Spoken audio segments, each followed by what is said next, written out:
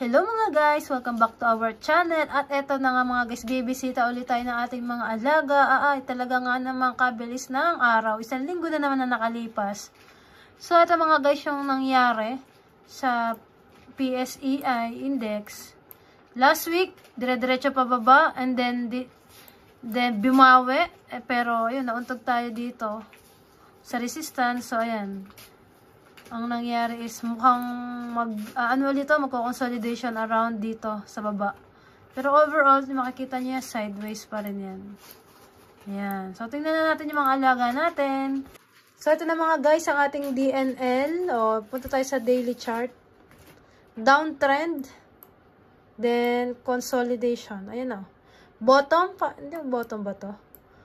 Ayan o. Pero overall trend niya is down. Tapos nagko-consolidation na lang siya. And currently, ang price niya ay nasa, malikot masyado. Nasa support. Dito sa area na to, kapag pumupunta dito yung presyo is umaangat. Pero nauuntog dito sa area na to, mga 6.80 per share. Ito naman sa baba ay 6 per share. 6 pesos per share. So, yan yung ating DNL. So, eto naman mga guys, yung ating keeper.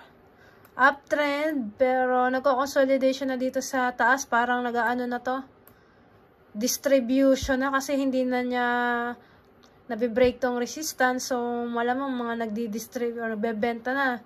Nasa bentahan phase na dito. Kaya kapag pumupunta dito ang price sa 2 something, 2 pesos, mababa siya dito sa 2.02. Ang highest niya 2.18. So, distribution phase tayo. So, ito naman mga guys, ang Metro Bank. So far, nakabawi siya. Nung mga nakaraang linggo, bagsak. And then, ayan, nag-reverse naman siya. Nauntog lang siya sa ating MA50, confluence sa Fibonacci 0.236. So, tingnan natin sa next week kung mabibreak niya ba dito and pupunta ulit ang price sa around 81. So, ito naman mga guys, ang ating SMPH. Last week, bagsak. Then, dito sa around 25.80 nag-support. Kaso nga lang, nung Wednesday, nauntog na siya dito sa 29.40. Kaya, ayan, pababa na ulit yung presyo. So, pag pumunta ulit dito sa 25.67, so, ina-expect natin na baka mag-bounce ulit.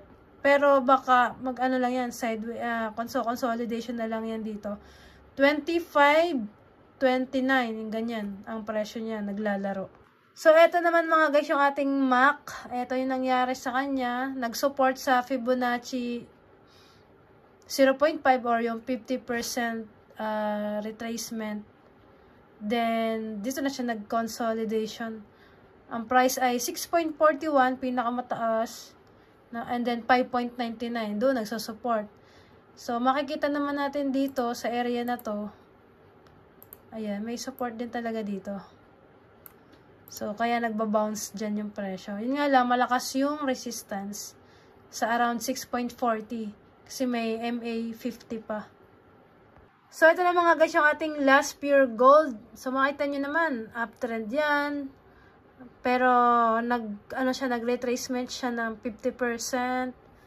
And then, yung Monday, Tuesday, hanggang Thursday, maganda, paakyat. Then, bumawi ng Friday. Medyo bumagsak ng konti, pero nasa support naman siya ng Fibonacci 0.382. So, tingnan natin next week kung babalik siya dito sa 28.51 or didiretso na siya dito sa around 30. Pero malakas ang resistance natin dito. Ayan, oh. May resistance dyan. So, baka mahirapan pa rin siyang bumalik. O, abangan na lang natin next week. So, ayun lamang mga guys. Thank you for watching. Bye!